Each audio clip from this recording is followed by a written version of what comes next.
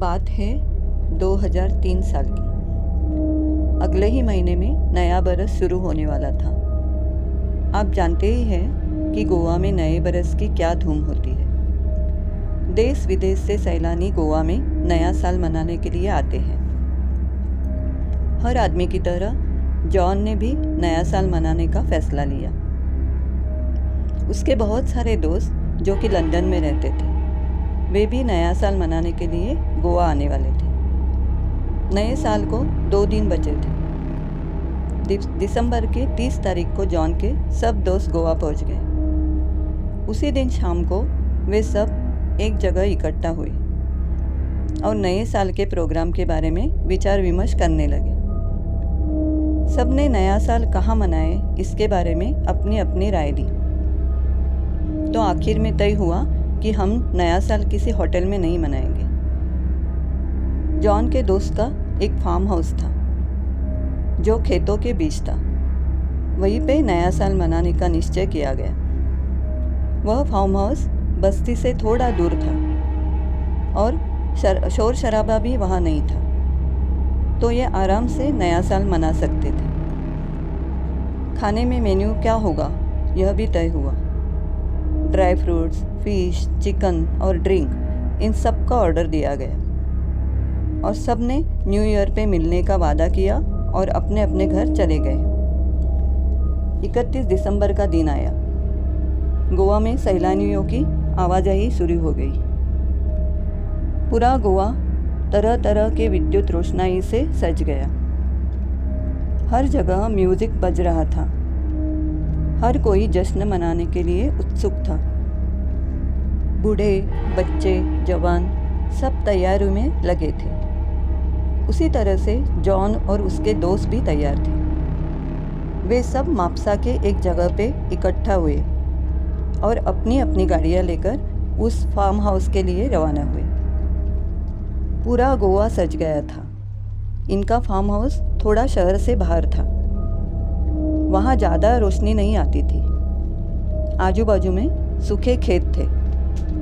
सब अपना अपना सामान लेकर फार्म हाउस पहुँच गए। अभी 11 बज चुके थे। उन्होंने म्यूज़िक स्टार्ट किया और अपनी पार्टी भी शुरू कर दी। सब खुश थे। बहुत दिनों के बाद वे सब मिले थे। पार्टी का जोर बढ़ता गया। 11:15 बज गए। थोड़ी देर बाद 12 बज गए। इन्होंने पटाखे जलाए और अपना न्यू ईयर मनाया। चारों तरफ से पटाखों की आवाज़ आ रही थी। पूरा गोवा न्यू ईयर मना रहा था। थोड़ी देर में इनका ड्रिंक ख़त्म हो गया, तो उन लोगों ने थोड़ा और ड्रिंक लाना ज़रूरी समझा। ड्रिंक लाने के लिए 2 दोस्त मार्केट जाने के लिए तैयार हो गए। मार्केट थोड़ी सी दूरी पर था।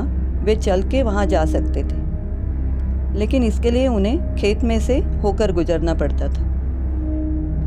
तो जॉन और उसका एक दोस्त दोनों टॉर्च लेकर खेत के सिकुड़े रास्ते पर चलने लगे। दोनों तरफ खेत और उसके बीच में पैदल जाने का एक छोटा सा रास्ता। वे दोनों थोड़ा सा चल के आगे आए तो उन्हें खेत में लाल साड़ी पहनकर एक औरत बैठी हुई दिखाई दी। उसके बाल लंबे थे। बाल उसने खुले छोड़ रखे थे। उसका चेहरा दिखाई नहीं दे रहा था क्योंकि ये दोनों उसके पीछे की तरफ से आ रहे थे। उसे देखकर ये दोनों थोड़े सहम गए और सोचने लगे कि इतनी रात को यह औरत यहाँ बैठकर क्या कर रही है। सब न्यू ईयर मना रहे हैं और ये यहाँ। उन्हें थोड़ा सा ड्रिंक का नशा चढ़ा था। वे चलते रहे। उस औरत से थोड़ा सा आगे निकल गए और सोचा कि उसे देखते हैं कि कौन है वह औरत। और दोनों ने पीछे मुड़ के देखा तो उसे देख के उनका नशा झट से उतर गया। उनकी धड़कनें तेज हुई। वह औरत खड़ी होकर उनकी तरफ आ रही थी। उसका चेहरा खून से लथपथ था। उसके हाथ से और पेट से खून बह रहा था। उसका चेहरा काला पड़ चुका था। सिर्फ उसकी आंखें सफ़ेद दिख रही थी। हाथ में लाल चूड़ियाँ और माथे पर बड़ी लाल बिंदिया थी। उसने लाल साड़ी पहन रखी थी।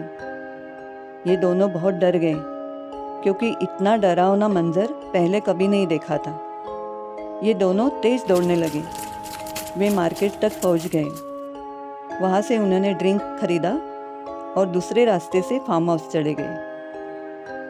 आने के बाद उन्होंने यह किस्सा अपने दोस्तों से कहा। वे भी बहुत डर गए। उन्होंने पार्टी जल्दी ही ख़त्म कर दी और अपने अपने घर चले गए। जॉन भी अपने घर पहुंचा और अपने पापा को वह किस्सा बताया। पापा ने उसे कहा, पहने हुए कपड़े उतारकर जला दो और स्नान करके दूसरे कपड़े पहनकर घर के अंदर आने के लिए बोला। जॉन ने वैसा ही किया। उस वक्त जॉन सो गया। दूसरे दिन पापा ने उस औरत का किस्सा उसे बताया।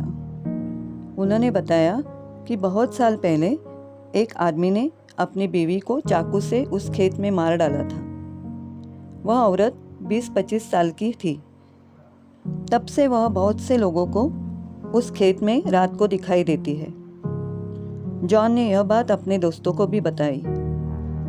उन्होंने उंगलियां मुंह में डाल दी और कभी भी उस फार्म हाउस में न्यू ईयर मनाने के लिए नहीं गए।